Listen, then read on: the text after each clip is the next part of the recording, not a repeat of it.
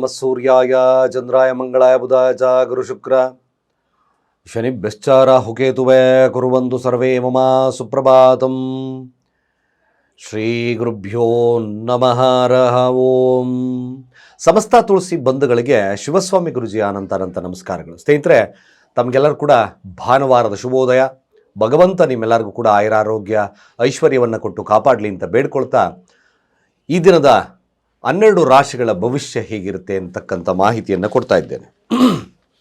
ಹಾಗೆ ಅಪಾರವಾಗಿರ್ತಕ್ಕಂಥ ಕಣ್ದೃಷ್ಟಿಗೋಸ್ಕರ ಈ ಸಿಂಪಲ್ ಸರಳವಾಗಿರ್ತಕ್ಕಂಥ ಪರಿಹಾರವನ್ನು ಮಾಡ್ಕೊಳ್ಳಿ.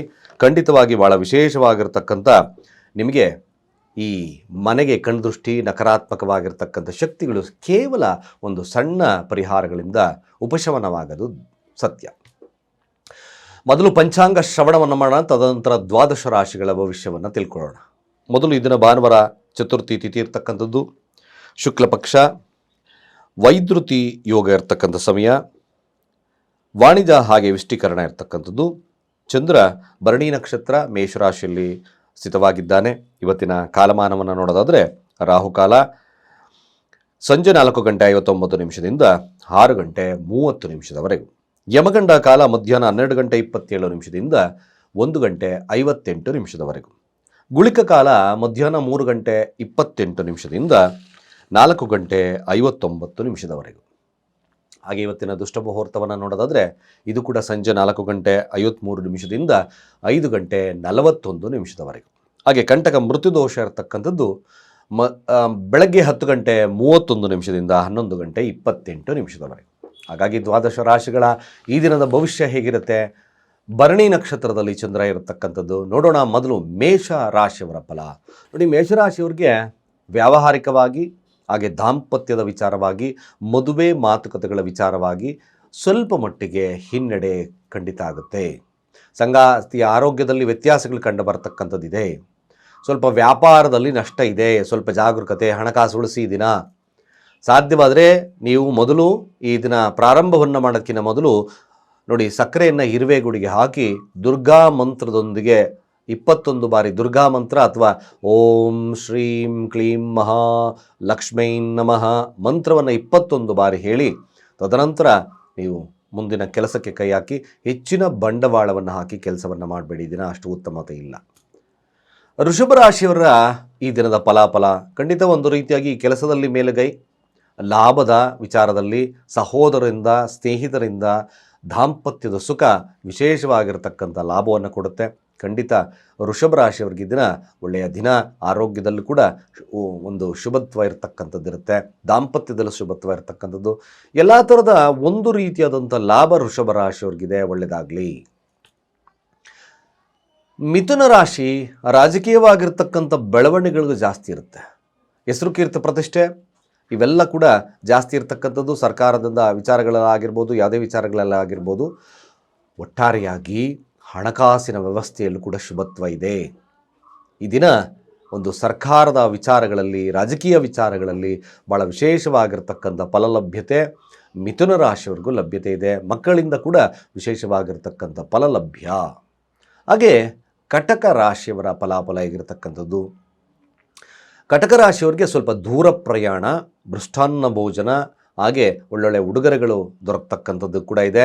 ಹಾಗೆ ತಮ್ಮ ಕುಟುಂಬದ ಜೊತೆ ಪ್ರಯಾಣಗಳನ್ನು ಬೆಳೆಸ್ತಕ್ಕಂಥ ಸನ್ನಿವೇಶಗಳು ನಿರ್ಮಾಣವಾಗುತ್ತೆ. ಕಟಕ ರಾಶಿಯವರೆಗೂ ಸಹಿತವಾಗಿ ಲಾಭಾಧಿಪತಿ ಚತುರ್ಥಾಧಿಪತಿ 9ರ ಸ್ಥಾನದಲ್ಲಿ ಶುಭತ್ವ ಇದೆ, ಒಳ್ಳೆದಿದೆ. ಹಾಗೆ ಸಿಂಹರಾಶಿಯ ಫಲಾಫಲ ನೋಡಿ. ಸಿಂಹರಾಶಿಯವರಿಗೆ ಸ್ವಲ್ಪ ಗೊಂದಲದ ವಾತಾವರಣ ಇರ್ತಕ್ಕಂಥದ್ದು ಇರ್ತದೆ.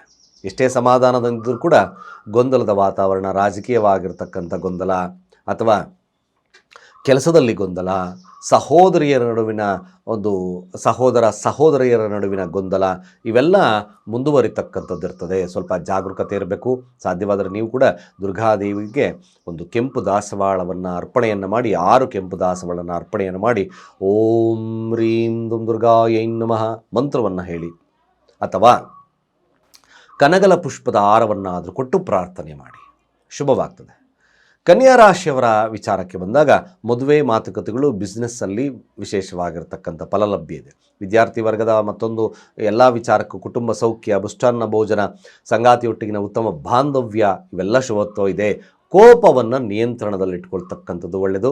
ಸಾಧ್ಯವಾದರೆ ನೀವು ಸ್ವಲ್ಪ ಒಂದು ಮುಷ್ಟಿಯಷ್ಟು ಇಡೀ ಉಪ್ಪನ್ನು ತಗೊಂಡು ಕಲ್ಲುಪ್ಪನ್ನು ನಿಮಗೆ ನೀವೇ ನೀವಳಿಸಿ ಗಿಡದ ಹತ್ರ ಹಾಕ್ಬಿಟ್ಟು ಮುಂದಿನ ಕೆಲಸಕ್ಕೆ ಹೋಗಿ, ಸ್ವಲ್ಪ ಶುಭತ್ವ ಜಾಸ್ತಿ ಆಗುತ್ತೆ. ಹಾಗೆ ತುಲಾರಾಶಿಯವರ ಈ ದಿನದ ಫಲಾಫಲ ಹೇಗಿರ್ತಕ್ಕಂಥದ್ದು, ತುಲಾರಾಶಿಯವರಿಗೆ ಸ್ವಲ್ಪ ಕೆಲಸದಲ್ಲಿ ಮೇಲುಗೈ ಸಾಧಿಸ್ತಕ್ಕಂಥದ್ದು ಇರ್ತದೆ. ಸಾಧ್ಯವಾದಷ್ಟು ಕೂಡ ಈ ಮೊಬೈಲು ಮತ್ತೊಂದು ಅಡಿಕ್ಟಿವ್ ನೇಚರನ್ನು ದೂರ ಮಾಡಿಕೊಂಡ್ರೆ ಕೆಲಸದಲ್ಲಿ ಮಗ್ನವಾಗಿರ್ತಕ್ಕಂಥದ್ದು ನಿಜವಾಗ್ಲೂ ಸತ್ಯ. ಇದೊಂದು ರೀತಿಯಾಗಿ ಶುಭತ್ವ ಇದೆ. ಹಾಗೆ ಆರೋಗ್ಯದಲ್ಲಿ ಸಣ್ಣ ಪುಟ್ಟ ವ್ಯತ್ಯಾಸಗಳು ಕಾಣಿಸ್ಕೊಳ್ತಕ್ಕಂಥದ್ದು ಇರುತ್ತೆ. ಹಾಗೆ ಸಾಧ್ಯವಾದರೆ ನೀವು ಕೂಡ ದುರ್ಗಾರಾಧನೆಯನ್ನು ಮಾಡಿ ಆರೋಗ್ಯದಲ್ಲಿ ಎಚ್ಚರವಾಗಿರಿ. ಕೆಲಸದಲ್ಲಿ ನಿರತರಾಗಿದ್ದಾಗ ಮಾತ್ರ ವಿಶೇಷತೆ ಫಲಲಭ್ಯ. ಇಲ್ಲಾಂದ್ರೆ ದಾಂಪತ್ಯದಲ್ಲಿ ಸ್ವಲ್ಪ ಸಮಸ್ಯೆಗಳು ಕಾಣಿಸ್ಕೊಳ್ತಕ್ಕಂಥದ್ದು ಇದೆ. ಉಚ್ಚ ಶುಕ್ರವಾದರೂ ಸಹಿತ ಕೆಲಸಕ್ಕೆ ಶುಭತ್ವವನ್ನು ಕೊಡುತ್ತೆ, ಆದರೆ ವೈವಾಹಿಕ ಜೀವನ ಸ್ವಲ್ಪ ಡಿಫಾಲ್ಟ್ಸನ್ನು ಕೊಡುತ್ತೆ. ಅದೇ ರೀತಿಯಾಗಿ ವೃಶ್ಚಿಕ ರಾಶಿಯವರ ಈ ದಿನದ ಫಲಾಫಲ ಹೇಗಿರ್ತಕ್ಕಂಥದ್ದು, ತುಂಬ ಆಸೆ ಆಕಾಂಕ್ಷೆಗಳು, ಪ್ರೀತಿ ಪಾತ್ರರೊಟ್ಟಿಗಿನ ಉತ್ತಮ ಬಾಂಧವ್ಯ, ಸಣ್ಣ ಪುಟ್ಟ ಖರ್ಚುಗಳು ಕೂಡ ಬರ್ತಕ್ಕಂಥ ಇರ್ತದೆ. ಆರೋಗ್ಯದಲ್ಲಿ ಉತ್ತಮತೆ ಇರ್ತಕ್ಕಂಥದ್ದು ಇರುತ್ತೆ. ಕ್ರಿಯೇಟಿವ್ ಆಗಿರ್ತಕ್ಕಂಥ ವಿಚಾರಗಳು ತುಂಬ ಜಾಸ್ತಿ ಇರ್ತಕ್ಕಂಥದ್ದಿದೆ. ಖಂಡಿತ ಶುಭದ ದಿನ. ನೀವು ಸ್ವಲ್ಪ ಕೋಪವನ್ನು ನಿಯಂತ್ರಣ ಮಾಡ್ಕೊಳ್ತಕ್ಕಂಥದ್ದು. ಓಂ ಸೋಂ ಸೋಮಾಯ ನಮಃ ಮಂತ್ರವನ್ನು ಹೇಳಿ ಈ ದಿನ ಶುಭವಾಗ್ತದೆ.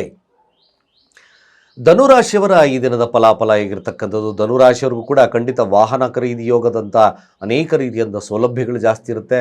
ನೀವು ಕೂಡ ಸುಖದ ಒಂದು ಜಾಸ್ತಿ ಅಪೇಕ್ಷೆಯನ್ನು ಪಡ್ತೀರಾ. ಹಾಗೆ ಲಕ್ಸುರಿ ಲೈಫ್ ನೀಡ್ ಮಾಡಬೇಕು, ಇವೆಲ್ಲ ಆಸೆ ಆಕಾಂಕ್ಷೆಗಳಿರ್ತಕ್ಕಂಥದ್ದು ಇರ್ತದೆ.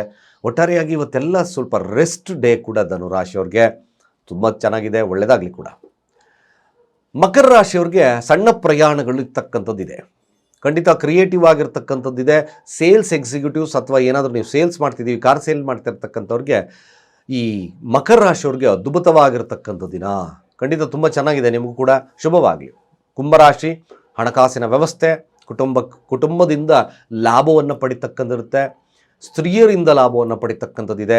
ಕುಂಭರಾಶಿಯವರಿಗೆ ಹಣಕಾಸು ವಹಿವಾಟುಗಳು, ಕುಟುಂಬ ಸೌಖ್ಯವನ್ನು ಸಿಗ್ತಕ್ಕಂಥದ್ದು ಇದೆ, ಶುಭತ್ವ ಇದೆ. ಖಂಡಿತ ನಿಮಗೂ ಕೂಡ ಒಂದು ಭಗವಂತ ಒಳ್ಳೆಯದಾಗಲಿ ಅಂತ ನಾನು ಕೇಳ್ತೇನೆ.